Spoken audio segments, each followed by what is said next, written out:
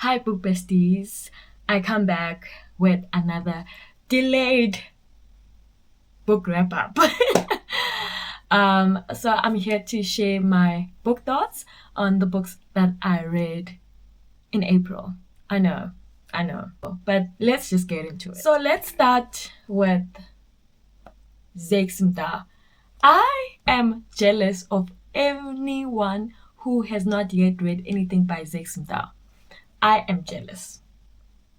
Why? Because I feel like once you've tapped into some of the stories that I've read, they just never leave you. And I feel like I wish I could experience them for the first time all over again. But something I realized when I reread a book of his, I think it was Little Sons, is that the story still punched it like it did the first time. So even though I'm a bit jealous of anyone who's never read his work, I still get to have a dose of I guess the good emotions that I felt the first time I read his work.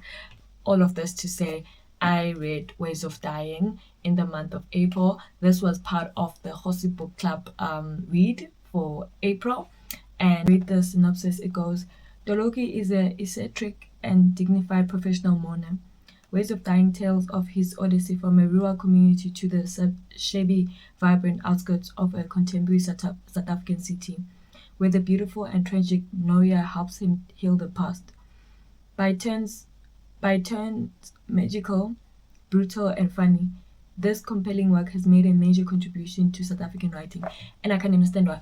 By the way, I don't like this cover. I really like this book, but I don't like the cover of this book, and I understand that it's part of the African Voices, I guess, series or collection, but I would love a better cover of this book. Love the title though, good title. So it is about 212 pages long, and this particular copy that I have was published in, when was this published?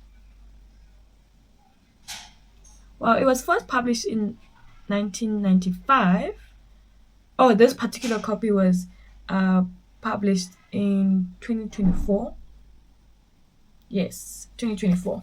So this one was published in 2024, and it's a nice thin book that I enjoyed the content, but not so much the cover. I mean, Babu Zakes Mda, so I'm not crying too much, but hey, what a book. What a book. So the premise of this book is we are following a character called Toloki. Toloki, we follow him through his childhood and then go into a bit of his adulthood. But this is a story of a man who's just living in society, is a man who's not seen but has a story to tell, is a man who is unseen by society but is a good person. In fact, later on in the book, we get to see him act in ways where it almost feels like he's being taken advantage of, even though he doesn't have, right? So it is a good story to show that humanity does not have class. Humanity does not have classism, and we ought to be better human beings. We ought to be better human beings. And I guess the theme of Ways of Dying is that we follow people through, I guess, them experiencing some form of death that are triggered by the political climate at the time. So this book is a fiction book, but it is based in South Africa, and it is like fictional areas or environment. So the setting is fictional, so you can't really place it on where it is in South Africa. But from the book club discussion, it did come up that some of it was actually based on true events. Okay, so one of the themes that I loved here is the theme of, it's not necessarily a theme, but something that was happening in this book that I really, really enjoyed is that when a death was experienced, there was an occurrence that happens at the funeral where somebody stands and, I guess, announces or speaks to the people who are in attendance and tells them what happened to the person who's passed on now, that caused them to their last day on earth, or that led them to their last day on earth. So it's something that I think I enjoyed, because I think it brings a level of self-awareness, especially around some of the deaths that we find very like unexpected, premature. I mean, every death is premature, like To be fair, I don't think anyone thinks it's the right time for anyone to ever die. I think that's weird, but it gives a nice kind of like, I guess to some extent, knowing that information does give a bit of, I don't know if I want to say comfort, but it does ease your heart into understanding that,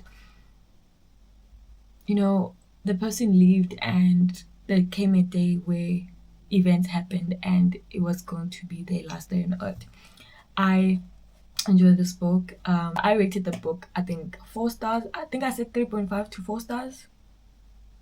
No man, it's a 4 stars. What am I saying? It's a 4 stars. I really enjoyed the book, and I think Toloki is such an intriguing character that I think is a representation of what humanity should look like without classism.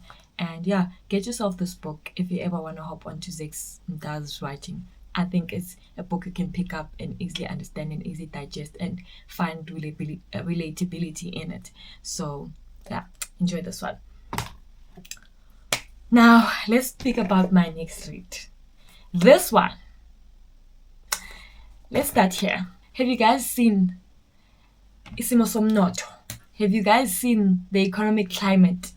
Have you seen the economic climate globally and locally in this country? Just the other day, interest rates were going up. Why am I giving you all of this? It's because there is something that most financial books, or people who give financial advice, people who give financial information, or people who make financial content speak about, which is, what is your relationship with money? Now, this question is very, very vital. It's very, very pivotal into your well-being and your wellness in terms of your relations with money or your financial wellness. But something that I think would be a nice step back, that would be form part of the foundation, is to actually assess and understand, what is this concept of money? Yes, we use this money, we are consumers, we are traders, but what is this concept of money? Where does it come from? Where do all these financial concepts stem from? And this book tries to do exactly that. Firstly, it is Unmasking Debt, A Journey from Chaos to Purpose by Swazi.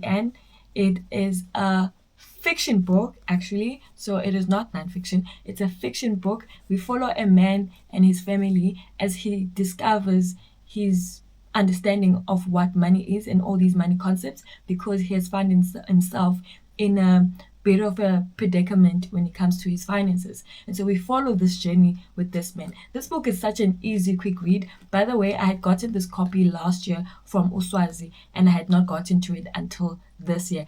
And when I was reading it, I had these emotions of, oh my god, I should have picked up this book as soon as I got it, because I was like, wow, what a quick, nice, straight to the point read that this is.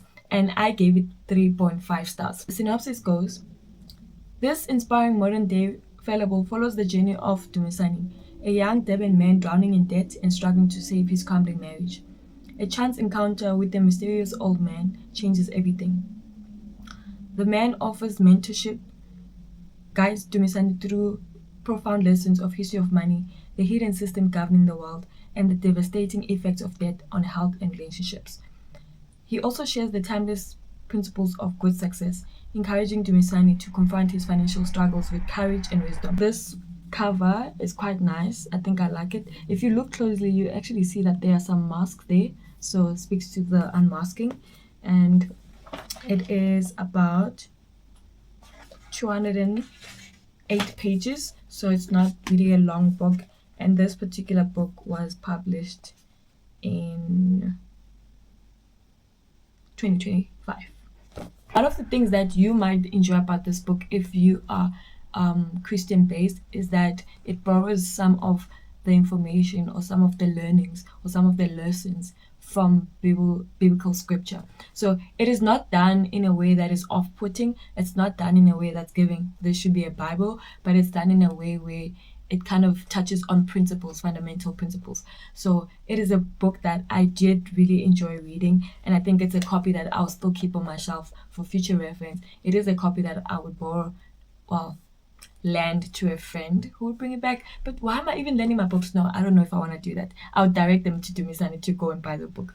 But I really enjoyed the book. I think it is a good book to set out the foundation of what money is and what money is about.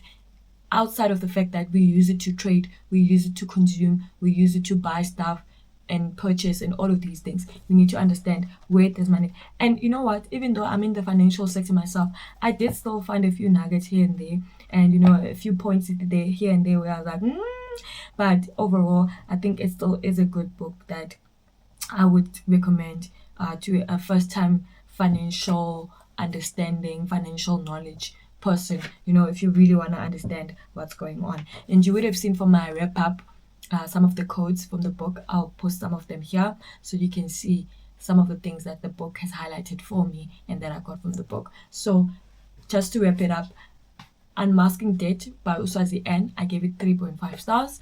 And Ways of Dying by Zakes, I gave it 4 stars. And these two were my reads for the month of April. I hope you guys are still sticking around. I hope you guys are reading, and I hope you get to rejoice and read with me a whole lot more. I appreciate you guys so much.